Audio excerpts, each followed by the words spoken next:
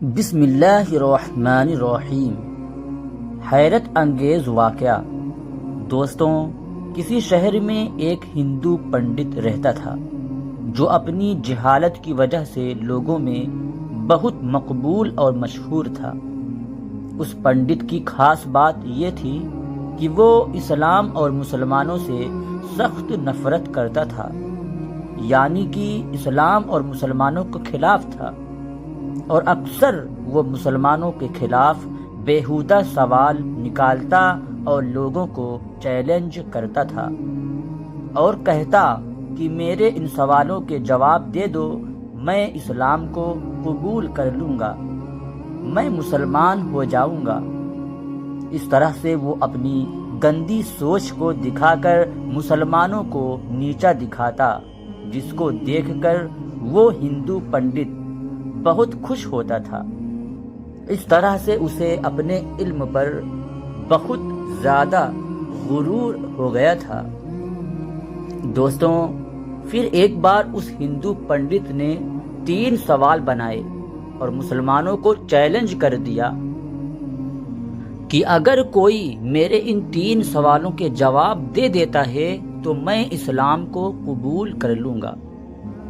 دوستوں، وہ سوال کچھ اس طرح کے تھے کہ جن کا جواب بڑے بڑے عالموں کے پاس بھی موجود نہیں تھا، اور اس طرح سے اس ہندو پنڈت کا ڈنکا ایک بار پھر سے زور پکڑ گیا۔ اس ہندو پنڈت کے وہ 3 سوال کچھ اس طرح کے تھے۔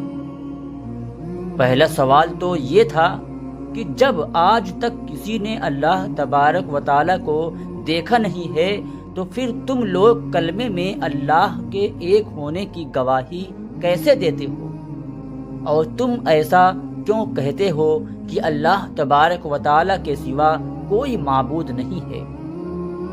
اور اس کا دوسرا سوال یہ تھا کہ جب ہر چیز پر اللہ تبارک و تعالیٰ قادر ہے تو دنیا میں جو کچھ بھی ہوتا ہے وہ اللہ کی مرضی سے ہوتا ہے، تو پھر دنیا میں کسی بری بات کے لیے انسان قصوروار کیوں کہلوائے گا؟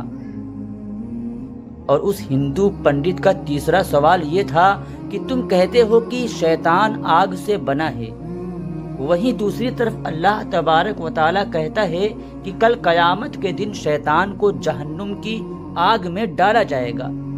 تو جب شیطان خود آگ سے بنا ہے تو اس آگ میں شیطان کا کیا بگڑے گا؟ بھلا آگ پر آگ کا کیا اثر ہوگا؟ یہ 3 سوال اس ہندو پنڈت نے مسلمانوں کے سامنے پیش کیے، لیکن کوئی بھی اس کے ان سوالوں کے جواب نہیں دے سکا۔ اس طرح سے کرتے کرتے کچھ دن گزر گئے۔ ایک دن وہ ہندو پنڈت کسی کام سے اپنے گھر سے باہر نکلا۔ ابھی وہ کچھ دور گیا ہی تھا کہ اس کا گزر ایک درویش کے پاس سے ہوا، جو کہ زمین پر بیٹھا ہوا مٹی کے بڑے بڑے گولے بنا رہا تھا۔ جیسے ہی وہ ہندو پنڈت اس کے پاس سے گزر رہا تھا تو فقیر نے اس کو آواز دی اور اپنے پاس آنے کو کہا۔ وہ پنڈت اس درویش فقیر کے پاس چلا آیا۔ درویش نے کہا کہ ہم نے سنا ہے کہ تمہارے کچھ سوال ہیں جن کا آج تک کوئی بھی جواب نہیں دے پایا، ذرا مجھے بھی تمہارے وہ سوالات بتاؤ، شاید میں اس کا کچھ جواب دے دوں۔ تو یہ سن کر وہ ہندو پنڈت بڑے تکبر کے ساتھ مسکرایا اور کہنے لگا کہ جب میرے سوالوں کے جواب بڑے بڑے علماء نہیں دے پائے تو تم فقیر کے پاس کیا علم ہوگا؟ یہ سن کر وہ بزرگ فقیر بھی مسکرا دیا اور کہنے لگا کہ تم اپنے سوالات تو بیان کرو۔ تو اب ایک ایک کر کے اس ہندو پنڈت نے اپنے سوالات دہرانے شروع کر دیے اور اس درویش کو بتانے شروع کر دیے۔ وہ ہندو پنڈت کہنے لگا، میرا پہلا سوال تو یہ ہے کہ جب آج تک کسی نے اللہ تبارک و تعالیٰ کو دیکھا نہیں ہے تو پھر تم لوگ پہلے کلمے میں اللہ کے ایک ہونے کی گواہی کیسے دیتے ہو؟ پھر تم یہ بھی کہتے ہو کہ اللہ کے سوا کوئی معبود نہیں۔ اور میرا دوسرا سوال یہ ہے کہ جب ہر چیز پر اللہ تبارک و تعالی قادر ہے اور اس دنیا میں جو کچھ بھی ہوتا ہے وہ اللہ کی مرضی سے ہوتا ہے، تو پھر کسی بری بات کے لیے انسان قصوروار کیوں کہلوائے گا؟ اور میرا تیسرا اور آخری سوال یہ ہے کہ آپ کہتے ہو کہ اللہ نے شیطان کو آگ سے بنایا ہے، اور وہیں دوسری اور اللہ تبارک و تعالیٰ کہتا ہے کہ قیامت کے دن شیطان کو جہنم کی آگ میں ڈالا جائے گا۔ اب جب شیطان خود آگ سے بنا ہے تو اس کا اس آگ میں کیا بگڑے گا اور آگ کا اس پر کیا اثر پڑے گا؟ ہندو پنڈت نے کہا کہ درویش بابا، میرے یہ 3 سوال ہیں جن کا جواب کسی کے پاس بھی موجود نہیں ہے۔ یہ سن کر وہ بزرگ درویش کافی دیر تک اس ہندو پنڈت کو دیکھتے رہے اور کچھ سوچتے رہے۔ یہ دیکھ کر وہ ہندو پنڈت من ہی من خوش ہو رہا تھا، جس کا اندازہ اس کی مسکراہٹ سے لگ رہا تھا۔ پھر ایک دم اس بزرگ درویش نے اپنے ہاتھ میں موجود مٹی کا وہ بڑا سا گولا اس پنڈت کے سر پر دے مارا۔ اس گولے کے لگتے ہی اس کے سر سے خون نکلنے لگا۔ پنڈت کھڑا ہو گیا اور کہنے لگا، تم نے یہ ظلم مجھ پر کیوں کیا؟ تم نے مجھ کو کیوں مارا؟ میں اس زیادتی کی شکایت شہر کے قاضی سے جا کر کروں گا اور آپ کو عدالت میں پیش ہونا پڑے گا۔ اتنا کہہ کر وہ ہندو پنڈت سیدھا قاضی صاحب کے پاس پہنچ گیا۔ دوستوں، اور اپنا مدعا بیان کرنے لگا۔ اس پنڈت کے سر سے ابھی بھی خون بہ رہا تھا اور تکلیف سے اس کا برا حال ہو رہا تھا۔ خیر، اس کے بعد بزرگ درویش کو بھی قاضی صاحب کے سامنے پیش کیا گیا۔ اس کے بعد قاضی صاحب نے پوچھا کہ حضرت، آپ نے کس وجہ سے اس کو مارا ہے؟ تو یہ سن کر بزرگ فقیر نے کہا، میں نے تو اس پنڈت کے سوالوں کے جواب دیے ہیں جو اس نے مجھ سے پوچھے تھے۔ اب یہ بنا وجہ ہی مجھ پر الزام لگا رہا ہے۔ یہ سن کر عدالت میں موجود ہر شخص حیران ہوا، کیونکہ اس ہندو پنڈت کے 3 سوالوں کے بارے میں ہر کوئی جانتا تھا۔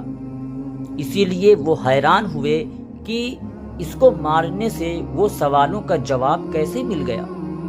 اتنے میں قاضی صاحب کہنے لگے کہ اچھا بتاؤ، کہاں ہے ان کے سوالوں کے جواب؟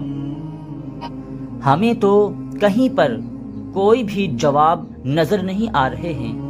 اس پر وہ بزرگ درویش فرمانے لگے، قاضی صاحب، انہوں نے مجھ سے پہلا سوال یہ کیا تھا کہ جب اللہ تبارک و تعالی دکھائی نہیں دیتا ہے تو پھر تم کیسے اس کی موجودگی کی گواہی دیتے ہو؟ اس سوال کا جواب مجھ پر لگائے گئے اسی الزام میں ہے۔ یہ کہہ رہا ہے کہ میرے سر میں چوٹ لگنے سے درد ہو رہا ہے، لیکن کیا اس کے پاس اس بات کا کوئی گواہ موجود ہے؟ تو یہ سن کر وہ پنڈت کہنے لگا کہ اس بات کا گواہ کیسے ہو سکتا ہے؟ میں کہہ تو رہا ہوں کہ مجھے درد ہو رہا ہے۔ بزرگ درویش نے کہا، مگر ہم کیسے مان لیں کہ تمہیں درد ہو رہا ہے؟ یہ سن کر وہ ہندو پنڈت کہنے لگا، جناب، مجھے درد محسوس ہو رہا ہے، اسی لیے میں کہہ رہا ہوں کہ مجھے درد ہو رہا ہے۔ یہ سن کر بزرگ درویش نے فرمایا کہ ٹھیک ہے، اسی طرح جیسے تمہارا درد دکھائی نہیں دے رہا ہے مگر تم کو محسوس ہو رہا ہے، ویسے ہی ہمیں اللہ تبارک و تعالی دکھائی نہیں دیتا ہے، لیکن اللہ تبارک و تعالی کو ہم ہر وقت اپنے ساتھ محسوس کرتے ہیں، کیونکہ اس دنیا میں اللہ تبارک و تعالی کی قدرت کے نظارے ہر جگہ پر جگمگا رہے ہیں اور ہر جگہ پر اللہ تبارک و تعالی موجود ہے۔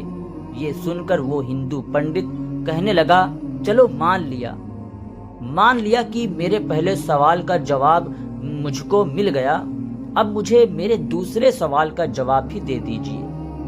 یہ سن کر وہ بزرگ بابا بولے، تم کہتے ہو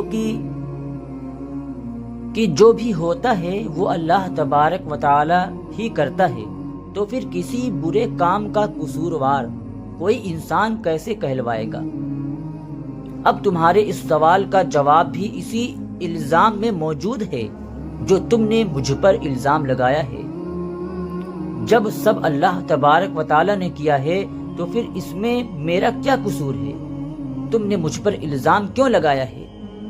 اب اس کے دوسرے سوال کا جواب بھی اس کے سامنے تھا۔ یہ سن کر وہ ہندو پنڈت کہنے لگا، اچھا چلو مان لیا کہ مجھے میرے دوسرے سوال کا جواب بھی مل گیا، لیکن کیا آپ کے پاس میرے تیسرے سوال کا جواب موجود ہے؟ وہ بزرگ درویش کہنے لگے، تمہارا تیسرا سوال یہ تھا کہ شیطان آگ سے بنا ہے اور اللہ تبارک و تعالی کہتا ہے کہ قیامت کے دن شیطان کو آگ میں ڈالا جائے گا، تو اس آگ میں شیطان کا کیا بگڑے گا؟ آگ کا آگ پر کیا اثر ہوگا؟ اب تم یہ بتاؤ کہ تم کس چیز سے بنے ہو؟ وہ ہندو پنڈت کہنے لگا، میں مٹی سے بنا ہوں۔ تو یہ سن کر بزرگ درویش پوچھنے لگا، وہ بولا، جو میں نے تمہارے سر پر مارا تھا وہ کس چیز سے بنا ہوا تھا؟ تو وہ پنڈت کہنے لگا کہ وہ بھی مٹی کا ہی بنا ہوا تھا۔ اس پر بزرگ نے کہا، بالکل ٹھیک، جیسے تو مٹی سے بنے ہو اور وہ گولا بھی مٹی سے بنا تھا جس سے تمہارا سر پھٹ گیا، خون بہنے لگا۔ اب اگر تم یہ کہتے ہو کہ شیطان آگ سے بنا ہے اور قیامت کے دن جب اس کو جہنم کی آگ میں ڈالا جائے گا تو آگ کا شیطان پر کیا اثر ہوگا؟